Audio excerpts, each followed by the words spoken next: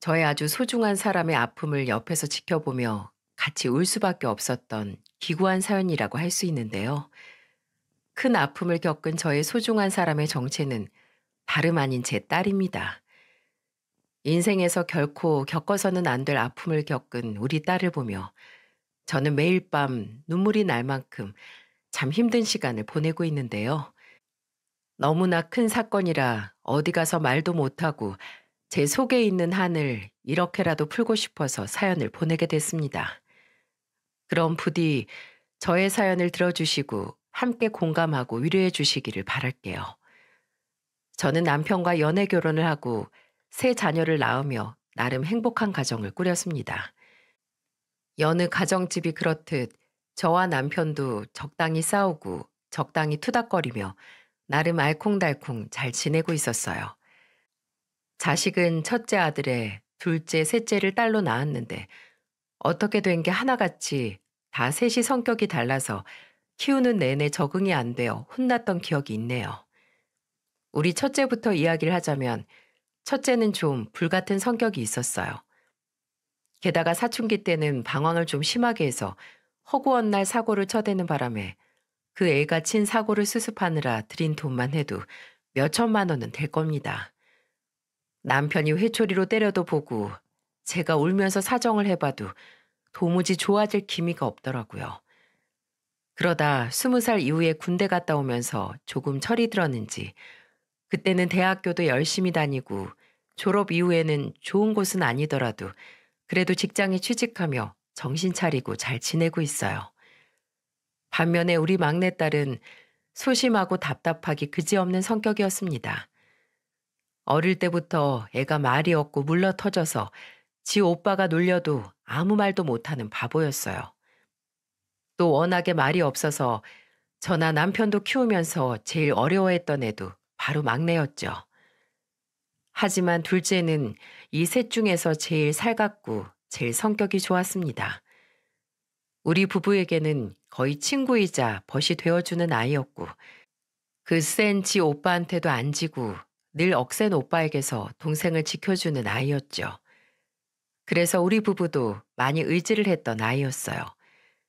그 아이가 어느새 커서 삼남매 중에서 제일 먼저 결혼을 하겠다며 건장한 청년을 데리고 왔더군요. 이 청년의 첫인상은 참 좋았습니다. 누가 봐도 건실해 보였고 우리 딸을 볼 때마다 꿀단지 보듯이 사랑스럽게 봐주는 게 그대로 느껴질 정도였어요. 지인의 소개로 만났다는데 둘이서 처음 만난 이야기를 들려주는데 그렇게 재밌어 하더라고요. 그 모습을 보면서 뿌듯함을 느꼈고 둘이 살면 재미있게 잘 살겠다 싶어서 결혼을 바로 허락해 줬어요. 특히나 사위의 인성이 굉장히 바른 사람이라는 것이 느껴졌기에 허락하는데 망설임이 없었고요. 첫 만남 때부터 사위는 우리한테 잘 보이고 싶다며 옷까지 새 옷으로 사서 입고 오고 왜 우리 딸이 좋은지 왜 지 눈에 사랑스러워 보이는지를 하나하나 다 설명을 해주던 거 있죠. 장모님, 장인어른, 혜진이가 얼마나 예쁘냐면 처음 소개받는 자리에 나가는데 정말 주변에는 아무것도 안 보이고 딱 혜진이만 있는 것 같았어요. 첫눈에 제가 반해서 그날 고백했지 뭐예요. 근데 우리 혜진이가 얼마나 도도한지 저를 바로 받아주는 게 아니라 거의 한 달을 애를 태웠다니까요. 근데 지금은 이렇게 저한테 시집 와준다고 해서 정말 기뻐요. 너무 고맙고요. 이렇게 예쁘고 사랑스러운 딸 낳아주시고 또 잘 키워주셔서 감사합니다. 고생 정말 많으셨어요. 이제는 제가 우리 혜진이 뒷바라지하고 더 사랑해주면서 행복하게 살겠습니다. 그래, 그렇게 말해주니 고맙네. 우리 혜진이가 어디 완벽해서 자네 눈에 예쁘게 했는가? 다 자네가 예쁘게 봐주니까 그렇게 보이는 게지. 우리 혜진이 부족한 점도 많은 아이야. 하지만 누구나 사람은 다 좋은 부분이 있으면 또 부족한 부분이 있는 거 아니겠는가? 그러니까 서로 부족한 부분들은 같이 채워주면서 행복하게 살아봐. 네, 명심하겠습니다. 이렇게 속 깊게 우리 딸을 사랑해주는 건실한 청년이 또 있을까 싶어서 저와 남편은 둘이 결혼하는데 마음이 놓였습니다. 그리고 상견례 자리에서도 인품이 훌륭하신 사돈을 보며 우리 딸을 더 마음 편히 보낼 수가 있었죠. 근데 한 가지 걸리는 게 안사돈이 아프다는 거였어요. 상견례 자리에서도 안사돈은 이미 병을 앓고 있어서 몸을 가누기 힘든데도 불구하고 아들 장가 보내는데 중요한 자리라며 애써서 나왔더라고요. 그 모습을 보면서 짠하면서도 마음이 아팠습니다. 그리고 이 집안이 돈이 많은 집안이 아니라 오히려 사정이 좀 어려운 곳이라는 게 걸렸지만 돈이 없는 건 크게 중요하지 않았기에 그저 사돈 두 사람의 훌륭한 인품을 보고는 딸을 시집 보내는데 망설이지 않을 수 있었죠. 그리고 콜록콜록 기침이 계속 나는데도 꾹 참고 넘기며 저희에게 힘겹게 이야기를 하는 안사돈을 보는데 참 안타깝더군요. 안사돈은 기침을 참아가며 우리에게 소중한 딸 보내주셔서 정말 감사합니다. 라고 말씀을 하시는데 가슴이 아팠습니다. 그래서 저도 되려 손을 잡고 이렇게 이야기를 했죠. 아니에요. 오히려 우리한테 훌륭한 아드님 보내주셔서 감사할 따름이죠. 아무쪼록 우리 두 아이들이 잘 지내는 만큼 저희도 잘 지내보자고요, 사돈. 네, 좋습니다. 저희가 따님한테 정말 잘할게요. 우리 아들도 정말 잘할 겁니다. 그렇게 말씀해 주시니 안심이 되네요. 저희도 이제 우리 사위되는 아드님에게 잘할 거니까 걱정하지 마시고 안사도는 몸을 제일 우선으로 챙기세요. 저의 말에 안사도는 눈물까지 글썽이며 감사하다고 이야기를 해왔습니다. 그렇게 평화로우면서도 감동과 사랑이 넘치는 상견례를 잘 마쳤죠. 상견례 뒤에는 본격적인 결혼 준비가 시작되었습니다. 두 아이들은 바쁘게 보내는 듯 했어요.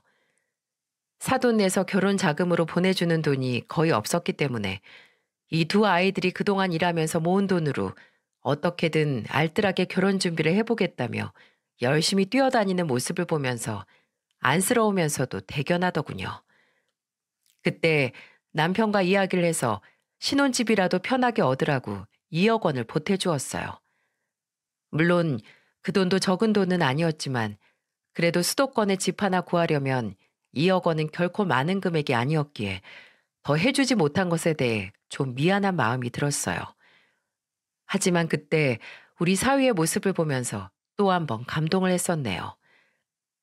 장인어른, 장모님, 두 분이 평생 허리 휘어가며 일한 돈을 냉큼 받자니 정말 마음이 무겁습니다. 혜진이 저한테 허락해 주신 것도 감사한데 이렇게 큰 돈까지 주셔서 정말 감사해요. 제가 살면서 우리 혜진이하고 장인어른 장모님께 평생 은혜 갚으면서 살겠습니다. 그리고 사랑합니다. 자신의 진심을 진지하게 내보이는 사위의 모습을 보면서 저랑 남편은 기특하면서도 뿌듯했어요. 그리고 우리 돈을 쉽게 생각하지 않고 이렇게나 무겁게 받아들여 준 것에 대해서도 고마웠고요. 그래서 제 딸아이를 더 안심하고 맡길 수 있었네요. 작은 것도 소중하게 생각하는 아이인 듯해서 저희도 귀인을 얻었다 싶었어요. 두 아이는 저희가 준 돈으로 겨우 방 2칸짜리 집을 전세로 잘 구했고 결혼식도 성황리에 맞춰 순탄하게 결혼 생활을 시작하게 됐습니다. 결혼 후 얼마 안 돼서 제 딸은 아들을 하나 낳았고 둘에서 셋이 된 딸아이 부부는 서로 더 돈독해져서 알콩달콩 보기 좋게 잘 살고 있었어요. 그리고 사위는 처음 결혼하기 전 저희에게 했던 약속을 잘 지키며 제 둘째 딸에게 지극정성으로 잘하더군요. 그게 고마워서 저희 남편은 딸이 출산을 하기 전 사위에게 우리나라에서 잘 나가는 국산 세단차를 하나 선물했습니다. 그것도 서프라이즈로 해주고 싶다며 벼랑간 딸 부부를 집으로 불렀어요. 저녁을 먹고 난 뒤에 바로 남편은 둘을 거실에 앉혀놓고는 잘 포장해둔 차키를 건네며 이야기를 했죠. 자, 이거 받아라. 내 우리 사위가 너무 예뻐서 주는 선물이니까 거절하지 말고 받아. 내가 엄청 좋은 것까지 못하더라도 우리 딸이랑 우리 손주 잘 태우고 좋은 곳 많이 다니라고 사주는 의미이기도 하니까 지금 있는 그 차는 폐차시켜버리고 이걸로 가지고 다니게. 사위는 벼랑간 제 장인이 무슨 이야기를 하는 건지 순간 이해를 못하겠다는 표정을 짓더군요. 그러다가 자신 손에 쥐어져 있는 작은 박스를 열어 확인하자마자 눈이 2배, 3배 커지더니 화들짝 놀라던 거 있죠? 그 모습을 보며 주변에 있던 우리는 얼마나 깔깔거리며 웃었는지 모릅니다. 아니, 장인어른, 이게 뭡니까? 갑자기 웬 차예요? 저 이거 못 봤습니다. 아직도 결혼 때 돈 해주신 거 생각하면 죄송해서 몸둘 바를 모르겠는데 차라뇨. 가당치도 않아요. 떼끼, 내가 뭘 했는가? 사양 말고 받으라고 했지. 내 자네가 우리 딸아이한테 끔찍하게 잘해주는 모습 보고 고마워서 주는 거야. 그리고 지금 타고 다니던 차는 갑자기 중간에 시동이 꺼진다고 하지 않았나? 앞으로 그 차에 우리 손주까지 탈 텐데 셋이 타고 달리다가 큰일 나면 어쩌려고 그래? 다 내가 우리 자식들 지키려고 그러는 거니까 사양 말고 받게. 아이 참 감사합니다, 장인어른. 진짜로 감사합니다. 제가 정말 와이프랑 곧 태어나는 아들 태우고 좋은 곳 예쁜 곳만 데리고 다니겠습니다. 정말 감사합니다, 장인어른. 사위는 소파에 앉아 있다가 벌떡 일어나 90도로 인사까지 하며 감사한 마음을 표현했어요. 역시나 부모와 자식 사이에도 우리가 주는 호의를 당연스럽게 받지 않아서 참 좋더라고요. 그 이후로도 사위는 저희를 정말 친부모 대하듯 잘했습니다. 근데 사위만 우리한테 잘하는 건 아니었어요.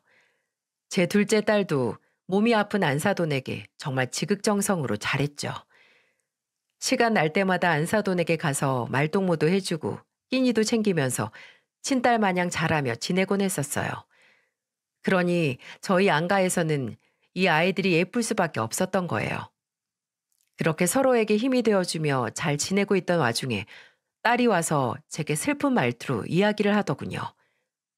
엄마, 우리 시어머니 이제 얼마 못 사실 것 같아. 이제는 병원에서도 준비를 하라고 해서 남편도 나도 이제 마음의 준비하고서 어머니 뵙고 오려고. 엄마도 우리 시어머니 걱정 많이 했잖아. 그러니까 돌아가시기 전에 제대로 인사하는 거 어때? 딸이 슬픔에 젖은 목소리로 이야기를 할 때 저도 그간 짧은 정도 정이라고 그 몸이 아픈 와중에도 한 번씩 안부 전하며 지내던 그 모습이 떠올라 괜스레 울컥하더군요. 그래서 딸이 가자고 할 때 바로 따라 나섰습니다. 안사돈이 있는 병원으로 갔을 때 안사돈은 얼굴이 말이 아니었어요. 정말로 지금 당장 어떻게 돼도 당연하다라고 느껴질 만큼 안색이 좋지 않았죠. 근데도 안사돈은 저를 보자마자 제대로 몸도 못 가누는 상태에서 제 손을 꼭 잡으며 이야기를 했어요. 사돈, 아쉽지만 제가 먼저 하늘나라로 가야 할 것 같아요. 결혼 때부터 우리 아들 예쁘게 봐주고 내가 부모로서 못 해주는 거 사돈댁이 다 해준 거 잘 알아요. 고맙습니다. 내가 더 오래오래 살면서 이 은혜를 갚아야 하는데 그러지 못해 미안합니다. 부디 나 죽고 나서도 우리 아들 예쁘게 봐주고 아껴주세요. 그리고 제가 진즉 죽고 없어져야 할 사람인데 지금까지 버티고 살 수 있었던 건 다 우리 며느리 덕분이었어요. 금이야 오기야 키운 딸 시집 보내는 것도 쉽지 않았을 텐데 병간호까지 하는 것 보고 얼마나 마음이 안 좋으셨어요. 근데 제가 우리 며느리 덕분에 얼마 안 되는 기간 정말 행복했습니다. 참 말년에 이게 무슨 복인가 싶을 만큼 행복했어요. 예쁜 딸 선물로 주셔서 고마워요, 사돈. 그리고 우리 며느리 고맙다. 네가 나한테는 차고 넘치는 복이었어. 정말 고마웠다. 사돈, 무슨 말을 그렇게 하세요. 우리가 오히려 복이죠. 사위가 우리한테도 얼마나 잘하는지 몰라요. 우리 딸은 그에 비하면 아무것도 아니에요. 더 건강하게 오래 같이 있었으면 좋았을 텐데 아쉽네요, 사돈. 부디 마지막은 평안하세요. 제대로 나오지도 않는 목소리로 힘겹게 말을 토해내는 안사돈의 모습을 보면서 그 자리에 있는 모두가 눈물을 흘렸습니다. 저는 사돈과 짧게 대화를 나누며 왜 생전에 더 챙겨주지 못했을까 미안한 마음이 들더라고요. 하지만 마지막에 인사라도 했으니 그것만으로도 다행이다 싶었어요. 그리고 거짓말같이 이틀 뒤 사돈은 운명을 달리했습니다. 안사돈의 장례를 치르는 동안 사이가 참 많이 힘들어 있어요. 3일을 내내 울더라고요. 그 모습이 안쓰러웠는지 남편은 사위를 꼭 안아주며 위로해 주더군요. 울지 말게. 너무 울면 안사돈이 하늘에서 보고 많이 슬퍼하실 거야. 좋은 곳 가셨을 테니까 너무 슬퍼하지 말게나. 우리 힘내자고. 하지만 사위는 안사돈의 죽음이 많이 힘들었는지 그 뒤로도 거의 2달을 가까이 혼이 빠진 사람처럼 지냈어요. 그때 우리 딸이 힘들어하는 자신의 남편을 열심히 내조했어요. 거의 우울증을 앓으며 영혼이 없는 사람처럼 그렇게 지내던 사위를 보듬고 위로하고 격려한 결과 2달이 좀 안 돼서 사위가 정신을 차리기 시작했죠. 한 집안의 가장이 중심을 못 잡고 방황을 하는데 저 같으면 진작에 화내고 승질내버리고 포기해버렸을 텐데 우리 딸은 누구를 닮은 건지 끝까지 묵묵하게 지 남편을 돌보더라고요. 그 모습을 보면서 참 우리 딸 존경스럽다 싶었습니다. 그 정성 때문에 아마도 사위가 하루라도 더 빨리 후를 털고 일어날 수 있었을 거예요. 다행히도 정신 차리고 난 뒤로는 사위도 예전처럼 활기를 되찾았고 열심히 가족들을 위해서 살아가는 듯 했습니다. 그렇게 평화롭게 지낸 시간이 거의 1년이 넘어가는 무렵이었을 겁니다. 저희 부부도 자식들이 다 무탈하게 평범하게 잘 지내는 것을 보면서 우리도 우리 인생 즐기며 조금은 편하게 살아보자 이야기를 한 게 불과 며칠 전이었어요. 한 번씩 안부 전화를 해오는 둘째 딸에게서 그날도 어김없이 평범하게 전화가 온 날이었어요. 딸. 엄마, 내일 생신이라 미리 전화해봤어요. 엄마 생신인데 오빠랑 막내한테는 연락 왔어? 왔지. 네 오빠는 안 그래도 어제 전화 와서는 축하한다며 용돈 20만 원 보냈더라. 근데 이놈이 딸랑 20만 원 보냈어요. 필요한데 쓰세요 하고는 매정하게 전화 끊어버리는 거 있지? 아유, 얄미워서 혼났어. 네 동생은 내일 회사가 바빠서 집에 못 온다고 조만간 다시 시간 내서 같이 보자고 하고. 그래서 알았다고 했지. 아유, 그랬어. 우리 엄마 속상했겠네. 엄마, 지연이 알지? 지연이가 결혼을 한대. 어머, 그래? 아니, 걔는 무슨 평생 결혼 안 할 것처럼 굴더니 시집을 가긴 가네? 그러니까 말이야. 안 그래도 나랑 친구들이 한바탕 놀려줬어. 근데 좋은 남자 만난 것 같아서 놀리면서도 나는 안심이 되더라고. 내일은 가서 제대로 축하해주고 와야지. 엄마, 지연이 결혼식이 대전이거든. 대전이면 얼마 안 머니까 나 결혼식 끝나고 올라오면 아빠랑 같이 해서 저녁 먹어요. 그것 때문에 나 전화했어. 나밖에 없지? 그래, 우리 딸밖에 없다. 우리 둘째가 최고야, 최고. 엄마 내일 기대하고 있는다. 알았어, 잔뜩 기대하고 있어. 내가 맛있는 곳으로 예약해 놓을 테니까 시간 맞춰서 아빠랑 같이 나와요. 그래, 알았다. 내일 보자, 우리 딸. 저는 그동안 바빠서 통화만 하다가 오랜만에 만나는 딸이 반가워 설레기까지 했었습니다.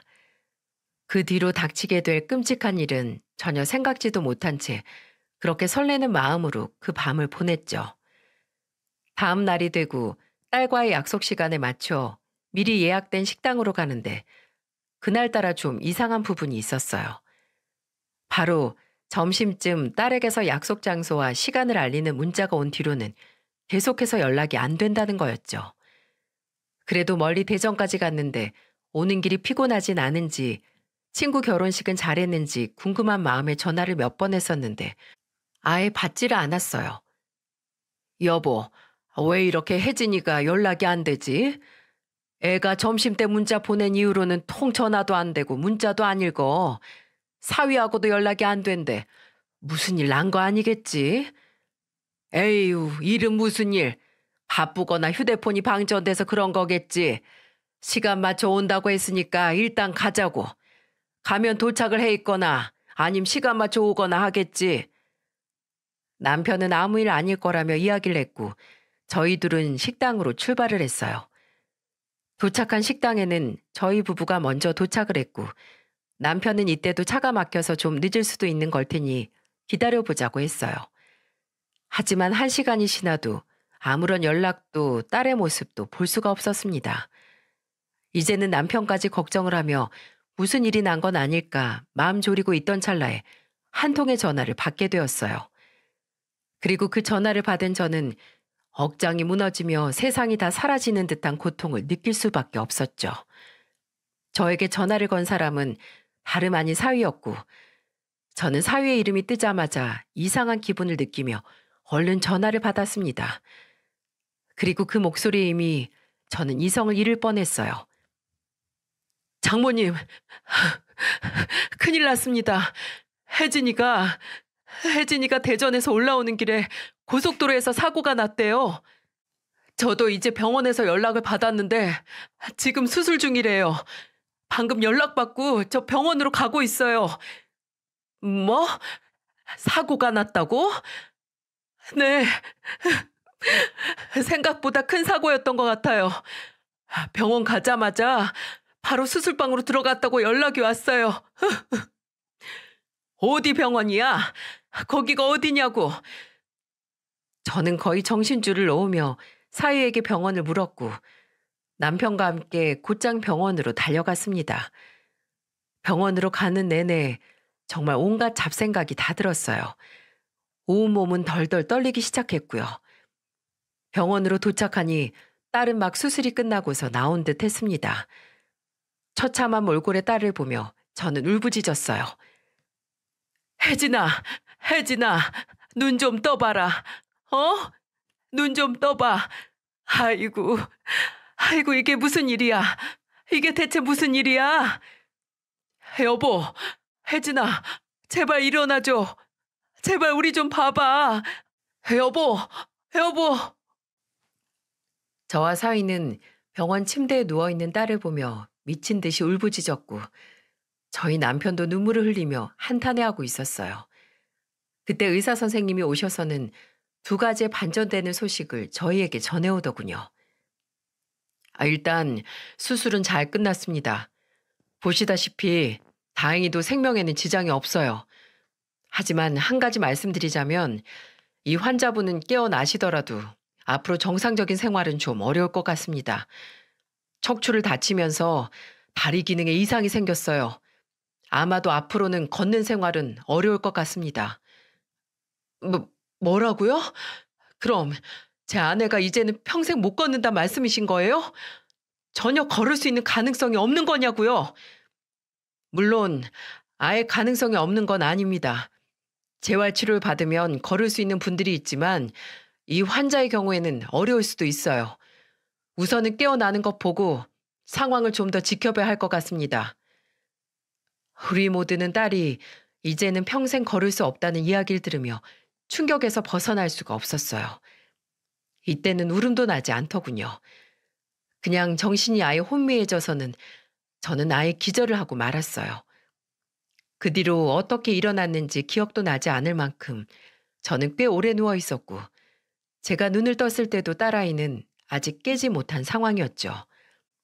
처음에는 정말 죽고 싶을 만큼 힘이 들어서 남편과 사위를 붙들고 죽어버리겠다고 얼마나 그랬는지 몰라요. 하지만 제 남편이 그럼 안 된다고 우리가 정신을 바짝 차려야 한다고 하기에 금방이라도 무너져 내릴 것 같은 마음을 악착같이 붙잡고 딸아이를 간호하기 시작했습니다. 다행히도 며칠이 안 되어 딸은 혼수 상태에서 깨어났어요. 하지만 그때부터 정말 전쟁 같은 시간의 시작이었죠.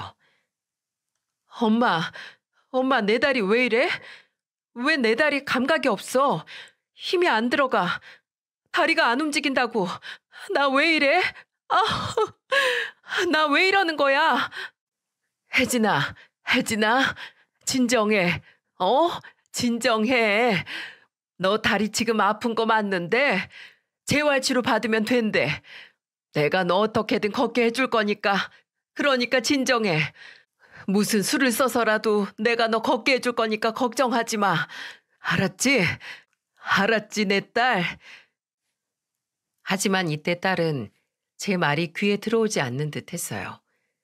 충격에서 벗어나지 못하는 표정과 함께 좌절된 마음이 고스란히 얼굴에 드러나는 걸 보면서 저는 가슴이 다 찢어지는 것 같았습니다. 그 뒤로 저는 끊임없이 딸을 위로하고 희망을 주며 어떻게든 딸의 무너진 마음과 다리가 회복될 수 있도록 노력했어요. 다행히도 정신력이 강한 우리 딸은 금방 현실을 받아들이는 듯 했습니다. 휠체어를 탈 때마다 힘들어하고 때때로 우울함을 보이는 딸이 걱정되긴 했지만 그래도 한 번씩 웃는 날이 많아지는 딸을 보며 꼭 회복될 거라는 희망을 놓지 않고 있었습니다. 그 이후로는 퇴원 후 꾸준히 재활치료를 병행해 나갔고 추가 치료를 받으며 휠체어 생활에 적응해 나가고 있을 거라 생각했던 딸은 오히려 시간이 지날수록 조금씩 이상해지는 듯한 낌새를 보였어요. 저는 딸에게 거의 올인해서 케어를 하고 싶었지만 남편의 공장 일을 함께 해야 했기에 쉬운 일은 아니었습니다. 그래서 요양보호사를 옆에 두고 사위가 딸을 돌보고 있었죠. 아니, 잘 돌보고 있다고 생각했어요. 그런데 어느 날 딸에게서 의아한 전화 한 통이 왔었습니다. 엄마, 있잖아. 혹시 나 한 5천만 원만 빌려줄 수 있어? 5천만 원? 갑자기 그 큰 돈은 왜? 무슨 일 있어? 그건 묻지 말고 그냥 있으면 나 좀 빌려주면 안 될까? 지금 좀 필요한 데가 있어서. 그래, 알았어. 엄마가 아빠한테 이야기해 볼게. 네 통장으로 보내주면 되는 거야? 그래 주면 돼. 고마워, 엄마. 저는 지금껏 한 번도 저에게 손 벌린 적이 없는 딸이 갑작스럽게 돈 이야기를 하기에 정말 무슨 일이 있나 보다 싶어서 이유를 묻지 않고 빌려줬습니다. 사실 재활에도 돈이 많이 들어갈 거고 맞벌이 부부로 살다가 딸이 직장까지 잃었으니 돈은 당연히 필요할 거라고 생각을 했었어요. 하지만 이상하게도 딸은 그 후로도 계속해서 1,000만 원씩 몇 번이고 돈을 빌려달란 소리를 해왔죠. 그때부터는 이유 없이 돈을 빌려주기에는 뭔가 찝찝해서 딸에게 한번 물어봤어요. 예, 도대체 무슨 이유길래 자꾸 그렇게 큰 돈이 필요한 거야? 우리한테 말 못할 일이니? 우리도 이유를 알아야 너한테 돈을 보내줄 수 있을 거 아니야. 아, 그게 엄마. 나 직장도 잃고 이제 다른 일도 못하니까 쇼핑몰 사업이라도 좀 해보려고 해. 근데 이게 초기 자금이 생각보다 많이 들어가네. 미안해, 엄마. 자꾸만 내가 손 벌려서. 자신의 다리와 그렇게 된 게 본인 잘못도 아닌데 미안하다고 하는 딸을 보며 정말 안쓰러웠습니다. 그래서 남편과 같이 부모로서 딸의 새로운 인생 시작을 도와주자는 뜻으로 필요한 사업 자금을 빌려주었어요. 근데 어느 날 갑자기 딸에게서 전화가 또 한 번 왔는데 그날은 정말 딸이 이상했습니다. 다짜고짜 전화를 해서는 이러더군요. 엄마 미안해. 정말 미안해. 내가 죽일 년이야. 정말 난 죽어도 싸. 미안해요. 미안해 엄마. 전화를 해서는 다른 말 하기도 전에 엉엉 울며 자신이 죽일 년이라고 말하는 딸을 보면서 순간 무슨 일인가 싶었지만 사업이 잘 안 풀려서 그런가 싶어서 위로를 해주었어요. 딸, 왜 그래? 무슨 일이야? 사업이 잘 안 돼? 원래 사업이라는 게 그래. 그리고 처음 시작한 거잖니. 그러니까 시행착오가 더 많이 있을 거야. 우리 딸 그래도 씩씩하게 잘할 거잖아. 그치? 힘내 우리 딸. 그리고 미안해할 거 없다. 이렇게 힘내서 뭐라도 해보려고 하는 것만으로도 엄마랑 아빠는 너한테 고마워. 그러니까 우리 딸 힘내자. 알았지? 엄마, 고마워요. 알았어요. 나 힘내볼게요. 내가 진짜 엄마한테는 죽일 년 맞는데, 나 그래도 힘내볼게. 딸은 그렇게 끝까지 울먹이며 통화를 마쳤어요. 그날 저는 딸을 다독여주며 괜찮다곤 했지만 괜스레 찝찝하고 마음이 편치 않아서 거의 나를 지새우다시피 했습니다. 그렇게 잠을 설치고 피곤하게 하루를 보내고 있던 저에게 문자 한 통이 날라왔어요. 그 문자를 보낸 이는 다른 사람이 아닌 저의 딸이었죠. 그리고 저는 딸이 보낸 문자를 보자마자 수스라치게 놀라고 말았습니다. 엄마, 나 이제는 더는 못하겠어. 나 정말 죽고 싶어. 나 이제는 이 세상을 떠나고 싶어. 미안한데 엄마, 우리 지호 잘 부탁해. 나 대신 잘 봐줘요. 저는 이 문자를 보자마자 깜짝 놀라서 딸에게 바로 전화를 걸었습니다. 역시나 딸은 전화를 받지 않았고 저는 사위에게 다시 전화를 걸었지만 그 누구도 전화를 받지 않았어요. 저는 얼른 남편에게 이야기를 해서 딸 부부가 사는 집으로 찾아갔습니다. 평소 비밀번호까지 다 공유를 했었기 때문에 저는 주저없이 비밀번호를 누르고 딸 부부의 집 안으로 들어갔어요. 그리고 거기에서 저는 못 볼 꼴을 보고야 말았습니다. 딸은 저한테 문자를 보낸 것이 빈말이 아니었는지 정말로 극단적인 선택을 시도하고 바닥에 쓰러져 있는 상황이었고 손주는 그 옆에서 엉엉 울고 있었어요. 그리고 저를 보자마자 손주는 달려와 안겨들며 저에게 충격적인 사실을 말하기 시작했어요.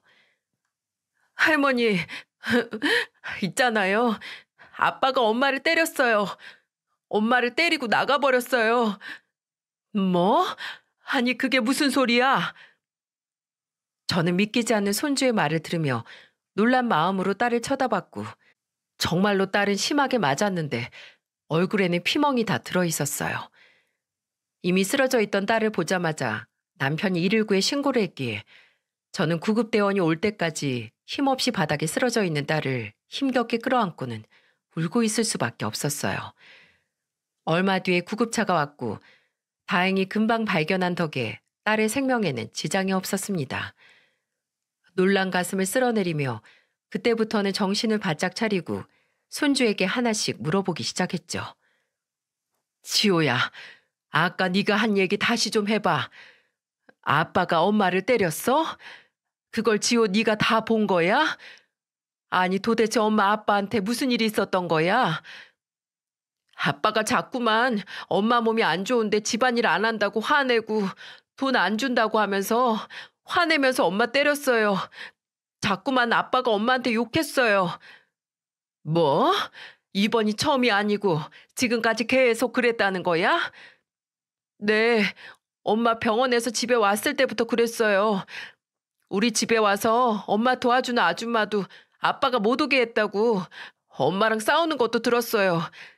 그리고 그 엄마 안 오고 나서 아빠가 엄마 더 많이 때렸어요. 저 너무 무서웠어요, 할머니. 왜 이제 왔어요, 할머니? 미안하다. 미안하다, 지호야. 그동안 너무 무서웠지? 할머니, 할아버지가 너무 늦게 와서 미안해. 이제 다 괜찮아. 이제 아무 일도 없을 거야.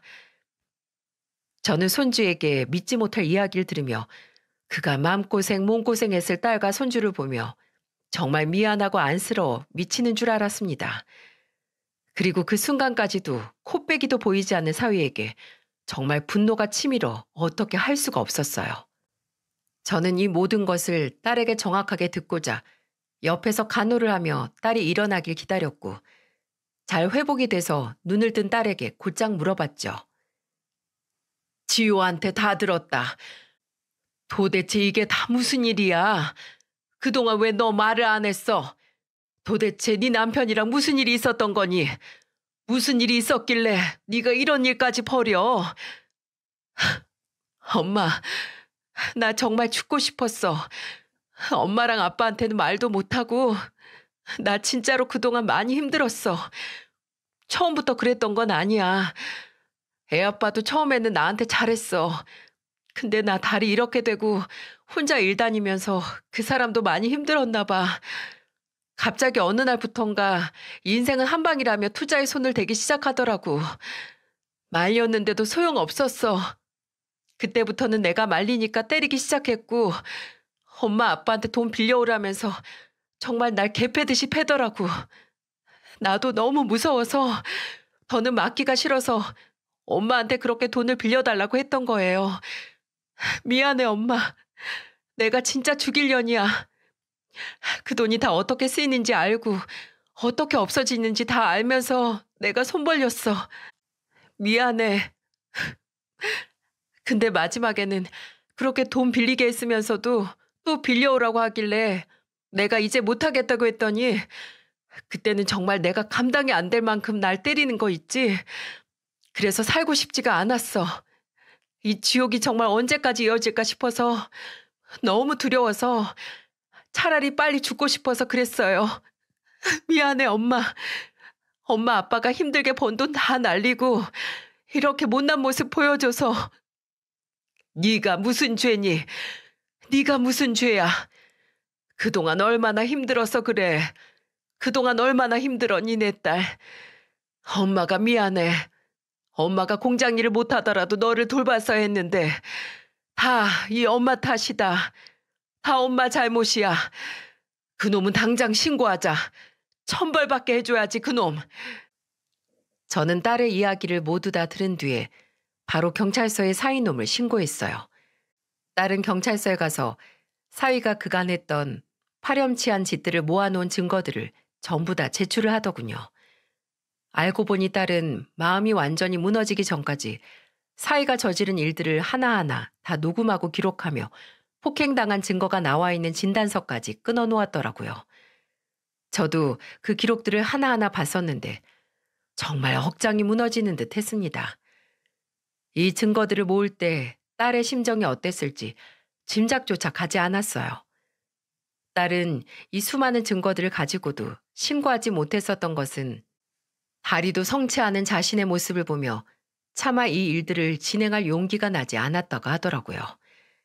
그리고 저한테 문자를 보낸 뒤에 극단적인 선택을 할 당시에도 또 한 번 사위에게 맞고 나서 신고를 할 생각을 했다가 다시 올라오는 두려운 마음에 술을 2병 마시고는 순간적으로 잘못된 선택을 하게 된 거였어요. 하지만 그 한바탕 소동 덕에 저와 남편이 이 모든 사실을 알 수 있었고 그 뒤는 저희 부부의 도움으로 딸은 용기 내어 신고를 할 수 있었던 거였습니다. 신고를 당한 사위는 그제서야 모습을 드러냈어요. 지금 생각해도 참으로 어이가 없고 속에서부터 열불이 나는데요. 그때 당시 사위를 어렵게 만났는데 아주 뻔뻔하게 짝이 없는 모습이더라고요. 자네, 감히 내 딸을 때려? 우리가 그동안 자네한테 어떻게 했는데, 얼마나 잘했는데 내 딸을 감히 때리냐고. 네가 인간이야? 네가 그러고도 사람이냐고. 우리가 너를 아들처럼 생각하고 얼마나 예뻐했니? 네 엄마 돌아가실 때도 내 안사돈이니까 같이 슬퍼하고 끝까지 자리 지키며 자네한테 힘을 주려고 얼마나 노력했는데 어떻게 이렇게 내 딸이 아프자마자 사람이 돌변해? 어떻게 그럴 수가 있나? 어떻게 내 딸을 때려? 장모님, 솔직히 저도 할 만큼 했습니다. 반신불구인 와이프랑 같이 사는 거 저로서도 굉장히 힘들었어요. 근데 잘 살아보려고 노력했어요. 하지만 아무리 노력해도 힘든 걸 어떡해요? 장모님이 살아보셨어요? 몸 아픈 사람이랑 살아보셨냐고요? 아니잖아요. 돈은 돈대로 들고 애는 크고 있고 근데 돈은 나 혼자 벌고 그래서 한 방을 좀 기대보려고 주식 투자 좀 했습니다. 근데 그게 잘 안 됐고 저도 속상한 나머지 실수 좀 했습니다. 그게 그렇게 큰 잘못입니까? 자네 말 다 했어? 그래서 지금 내 딸을 때린 게 잘했다는 건가? 아직 네가 정신을 덜 차렸구나. 내가 아주 너 제대로 콩밥 먹게 해줄 거야. 저는 적반하장으로 나오는 사위를 보며 더 화가 차올랐고 선전포고하듯 사위에게 일침을 놓았습니다. 근데 그 말을 듣고 잘못했다고 비는 게 아니라 이제는 아예 대놓고 본성을 드러내던 거 있죠? 아 진짜? 노인네가 말을 함부로 하네? 누가 콩밥을 먹어요? 저 변호사 사무장인 거 아시죠? 제가 여기 전문가예요. 어차피 나는 전과도 없는 초범이라서 많이 나와봐야 집행유예밖에 안 나오니까 그냥 여기에서 편하게 신경 끄고 사세요. 예? 제발 쓸데없는 에너지 낭비하지 말자고요. 원하면 이혼도 해드릴 거고 애도 달라고 하면 다 줄 테니까 제발 이제 내 인생에서 사라져 주세요. 뭐? 이놈이? 아니 이놈이? 저는 너무나 화가 나 생각할 겨를도 없이 사위의 머리채를 잡고 흔들어댔어요. 그때 겨우 제 손을 뿌리친 사위는 끝까지 악마처럼 행동하며 그 자리를 박차고 나가버렸습니다. 아 진짜 노인네 힘만 더럽게 세서는 에이 재수없어. 다시는 연락하지 마세요. 사위는 이렇게 말해버린 뒤 또 머리채가 잡힐까 싶었는지 대답도 듣지 않고는 불이 나게 가버렸어요. 저와 남편은 정말 충격을 크게 받았습니다. 그 모습을 보면서 그간 딸이 받았을 몸과 마음의 고통이 얼마나 컸을까 싶어서 제대로 복수를 해줘야겠다 싶었어요. 어떻게 하면 복수를 할 수 있을까 싶어서 남편과 함께 고심에 고심을 했고 여러 가지 계획을 세운 뒤 하나하나 이행해 나갔어요. 그중 제일 먼저 한 것이 바로 그 자랑스럽게 여기던 직장으로 쳐들어가는 거였습니다. 이때는 우리 남은 자식들한테도 이 이야기를 다 전했는데 그때 우리 아들이 처음으로 나서서 지 동생을 돕겠다며 두 팔 벌려 나서더라고요. 그래서 둘째 딸에게 받은 폭력을 휘두른 증거 사진을 다 뽑아서 사위놈이 일하는 변호사 사무실로 쳐들어갔어요. 그리고는 그 사진을 다 뿌려버리며 소리쳤죠. 여보세요. 여기 이 김강수란 인간이 내 딸을 때린 파렴치한 인간입니다. 지 처자식이 보는 앞에서 반신불구돼서 힘없는 지 마누라를 개패듯이 패고 그것도 모자라서 딸을 위협하면서 지 장인 장모에게 돈 수천만 원을 약탈해간 아주 짐승 같은 놈이에요. 제 뒤를 든든하게 받치고 있는 아들 녀석을 보며 저는 당당하고 힘있게 소리쳤고 그 안에서 일을 하고 있던 사위는 우리를 보자마자 기겁을 하며 달려들었습니다. 저에게 와서는 제가 든 사진들을 뺏으며 저를 끌고 나가려고 시도를 했지만 덩치 큰 우리 아들 녀석이 전부 제지를 한 덕에 저는 제 할 말을 다 할 수 있었어요. 그리고는 모든 할 말을 다 쏟아낸 후에야 밖으로 나왔죠. 그 뒤를 뒤따라 나온 사위는 역시나 얼굴이 울그락불그락해지며 소리쳐대더라고요. 진짜 왜 이러세요? 이혼하고 깔끔하게 헤어져 준다고 했잖아요. 근데 구질구질하게 이게 무슨 짓이에요? 꼭 이렇게 남의 직장까지 와서 생계를 막아야겠어요? 네가 아직도 할 말이 남아있는 거냐? 이 뻔뻔스러운 놈. 우리 딸 인생은 그렇게 망가뜨려 놓고 너 혼자 잘 먹고 잘 살려고 그랬니? 이 악마 같은 놈아. 너 제대로 벌 받고 우리한테서 가지고 간 돈까지 싹 다 뱉어내기 전까지는 끝까지 내가 따라다니면서 너 괴롭힐 거야. 각오해. 진짜 왜 그러세요? 알았어요. 알았다고요. 돈 다 드릴게요. 그러니까 제발 그만해 주세요. 저 정말 이러다가는 다른 곳까지 취직길 다 막혀요.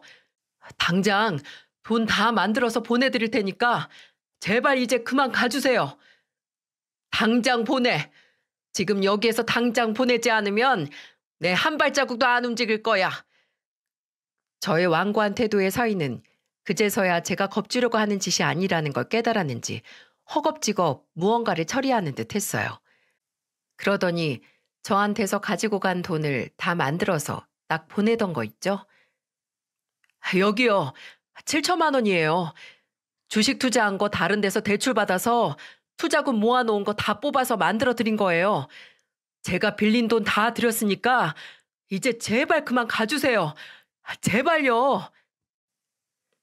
저는 제 통장에 들어와 있는 돈 7천만 원을 보며 이거라도 받아서 다행이라고 여기며 그 꼴도 보기 싫은 얼굴을 다시는 보지 않으리라 다짐을 하고는 가려고 했어요. 근데 그때 제 아들이 갑자기 나서더라고요. 자, 이제 엄마 볼 일은 끝난 거지? 이제 내 차례 하면 되는 거 맞지? 야, 김강수, 너 여기에서 끝났다고 생각하지 마라. 감히 내 동생을 그 지경으로 만들어 놓고 돈 7천만 원에 손을 털려고 해?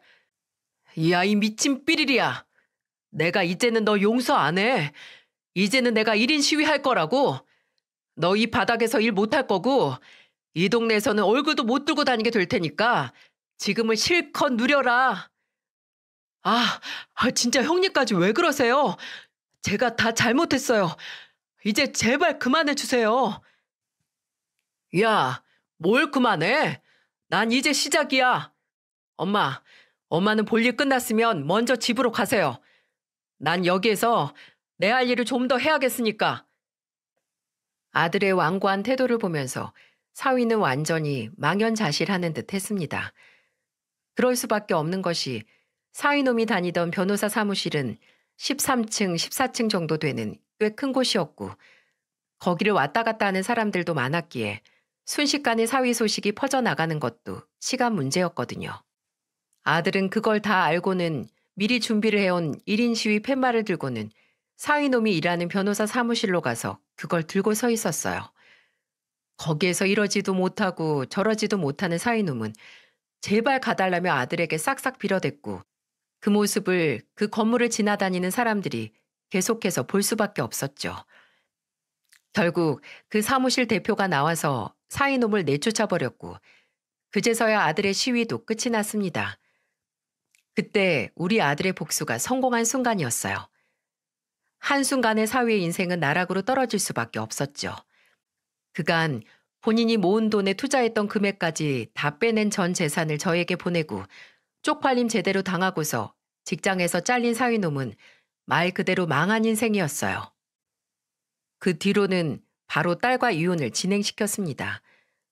딸은 이혼한 뒤에 손주와 함께 우리와 같이 살고 있어요.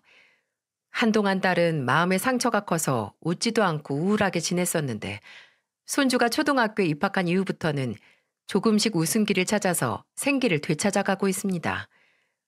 얼마나 지옥 같은 시간을 보냈는지 거의 반년을 웃지도 않고 거의 말도 안 하며 지내는 딸의 모습을 보면서 제 억장이 무너지는 듯 했었어요. 하지만 이제는 조금씩 회복되어 가고 있음에 다행이라고 여기며 하루하루 딸이 제 옆에서 잘 살고 있는 것만 해도 감사하다는 생각으로 지내고 있습니다. 그 뒤로 사위놈 소식은 어쩌다 딸에게 그 사위를 소개시켜준 지인을 통해서 들을 수가 있었는데 그 동네에서 완전히 다 파렴치한 인간이라고 소문이 쫙 나서 아예 동네를 떠났다고 하더라고요. 게다가 여전히 그 투자에 미쳐서 여기저기 돈 빌리고 다니며 지금은 거의 폐인처럼 지낸다고 들었습니다.